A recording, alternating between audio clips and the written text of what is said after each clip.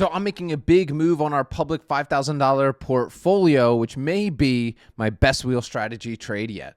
Yo, what is going on, premium chasers? I hope you are having a God-blessed day today. Every single person that comments down below is going to get our AI prompts for option sellers. If you want those prompts, just drop a comment down below. It makes it a lot easier for you to analyze financial statements, balance sheets, all that stuff, especially when you're researching them for selling options. I'll personally respond to you with it. And make sure you hit that like button and that subscribe button down below, guys. But today, we're going to be talking about the public portfolio because we got some updates and some next moves. Let's talk about it. So as you guys know, Friday, SoFi did close above $17.50, right? We had a covered call on SoFi for $17.50, and we ended up having to obviously sell our 100 shares, right? Which we were given back, right?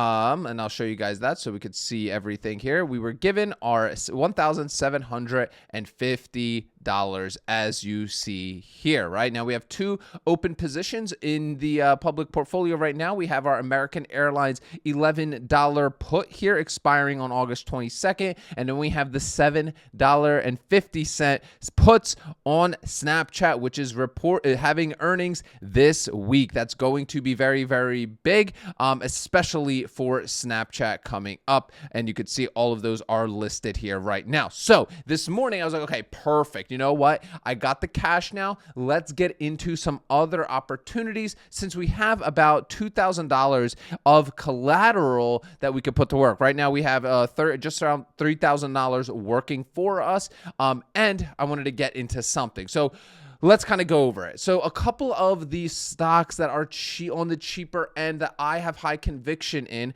I went and started doing my digging to see where I can jump into, right? So first one was Fiverr, and I really wanted to get back into Fiverr. I really wanted to get into Fiverr on the public portfolio, guys. But look, we have the Bollinger Bands out here, right? It's trading decently below the 200 and 300-day moving averages, right? And we're right around that bottom Bollinger Band part. However, we did see a pop this morning. I believe it was up 3% at one point here this morning, or just over 3%. So when I go over to the options chain to actually see, hey, what can I actually get for Fiverr? And I'll just use Robinhood here because it's just so much simpler to show you guys compared to the Fidelity options chain. And you can see if I go to the trade options section, I go to the put here, and there really isn't much here for me, right? So the first thing I was like, okay, well, number one, do I like the company? Yes, I do like Fiverr. I want to sell some puts on it because I wanted to do the $20 puts because I've just got that, or even $2,100 puts or $21 puts, which will wrap up that $2,100. But look at my expiration dates here, guys. I have an 11-day, which offers absolutely nothing here for me, right? I don't want to take the 22s, right? Because that's only 11 days away. I'm fighting against time. Delta's a little too aggressive for me there, right? And then the $10 one, the $21 puts, $10 in premium, like it just didn't even make sense, right? So then I go out 46 days, but I really don't want to go out 46 days. That's the issue, right? And then I'm looking at the $20 puts here, but again, and it's not a bad delta, but my ROI on collateral is just trash. So right, if I go to my cash secured put calculator here, right, and I go to my $35 puts, I put my 35 here, I'm wrapping up 21, is it 21? My $20, I'm wrapping up $2,000 here on those puts, 1.75%. I'm like, in 46 days, I'm like, that just doesn't fit for me for this portfolio. So to me, like, even though the setup's nice, sometimes, you know what, we just don't have that. There's nothing there for us to take, right? And that's where I'm kind of at. I didn't want to necessarily be at 2,100, but even if I go to the $21 ones, I'm getting 60, right? I'm getting $60 here, right? I'm locking up an extra $100 here. But even so, even with this one, it's 46 days away, right? So for me, I'm still, right? I'm still at that 2.86, but it's it's 46 days, which is when we put this at 30 days, it's going to be even lower. Because again, I'm shooting for monthlies primarily right now. I do like 30 to 45 days, but usually I really try to stick to a monthly or a weekly schedule, so I can obviously have the as best of a ROI on my collateral as possible. All right. So for me, Fiverr was out this morning. I looked at it, I was like, all right, you know what, whatever. It is what it is. So I move on to American Airlines, right? American Airlines on Friday had a big 4% drop. And of course, I was like, you know what? You know what I'm going to do? I'm going to jump into some more puts on American Airlines come Monday morning at open.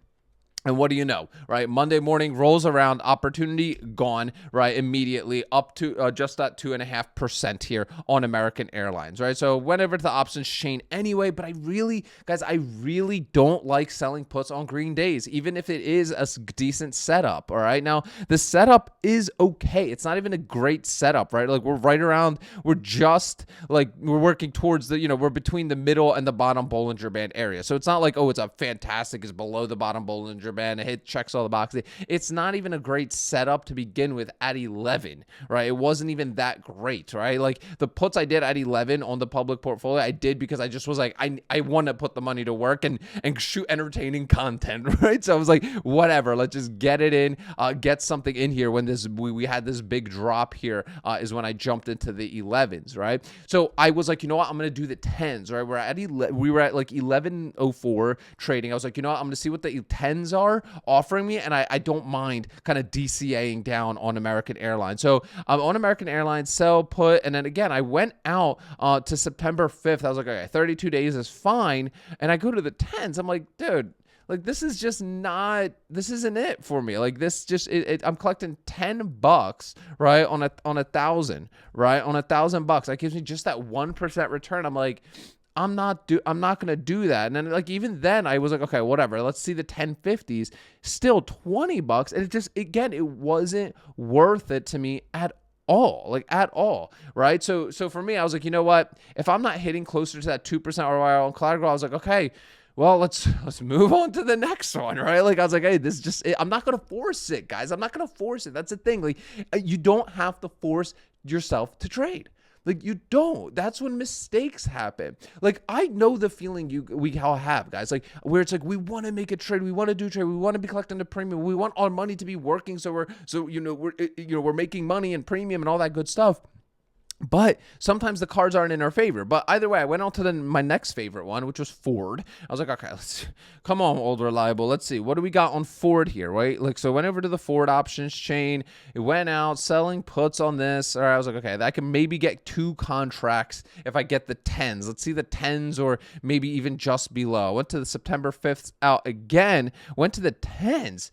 And it was 9. It was $9. And again, because we did see a big drop in the market on Friday with all the tariffs and the job reports, and but this morning we're back at it. We're a lot of green this morning, right? So I was like, dude, I was like, this isn't getting me my return that I want, right? I'm trying to shoot for that 2.5% at least for me, right?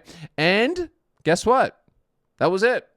Turn off my app. And I didn't make any position. I did not make any moves. Now, you might be thinking, Pete, well, how is this your best trade ever? Right? What is this clickbait nonsense? Because oftentimes not doing a trade is your best trade ever. That is the God's honest truth, in my opinion. Over trading, forcing a trade to happen, usually leads to losses, usually leads to mistakes, right? Which costs you in the long run. And the best thing that you can do, and I believe that for at least for me, is often not forcing a trade just for the sake of trading, right? Just for the sake of collecting some sort of premium. Because I've done that before in the past, and it usually always turns against me. And guess what? You know what? My capital, right? It's hanging out and I'm earning some interest on it, right? Earning interest, right? And guess what? I'm being patient. You know what? Tomorrow, right? We can see a headline, something, right? And boom, just like that, right? I can jump into something, get a great strike price, get a great premium, and something that I'm actually comfortable jumping into, not forcing, right? Sitting on cash and not doing anything is a position. Not doing anything is a position, right? You're not doing anything. That is the position, right? So I can't stress it enough. don't force a trade, right? Especially during earnings season, right? We're in it. We're in the thick of it, guys. We are in the last week was really the thick of it, but this week is still gonna come up with some insane opportunities. Now today, obviously, we have the big boy Palantir, right? We've got HIMS, right? We've got a bunch of great companies reporting earnings, which will be opportunity.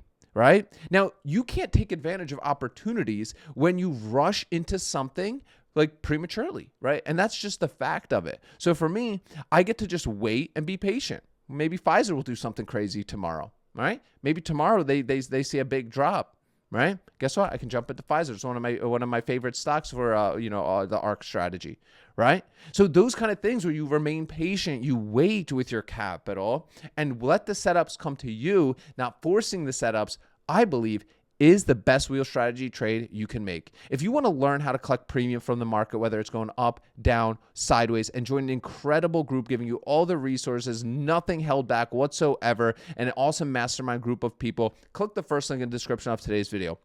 You're going to learn about what the Ark Options Strategy is, how we collect premium from the market in 5 different ways, right? We basically have taken the wheel strategy and over-engineered it, right? A lot of you love the wheel strategy, you do the wheel strategy, but you're carrying a bucket and it's just leaky, okay? So you want to plug those holes, right? That's what the Ark Options Strategy is. Click the first link in the description of today's video and you're going to learn all about it, guys. Remember, sell options, collect premiums, repeat. I'll see y'all tomorrow.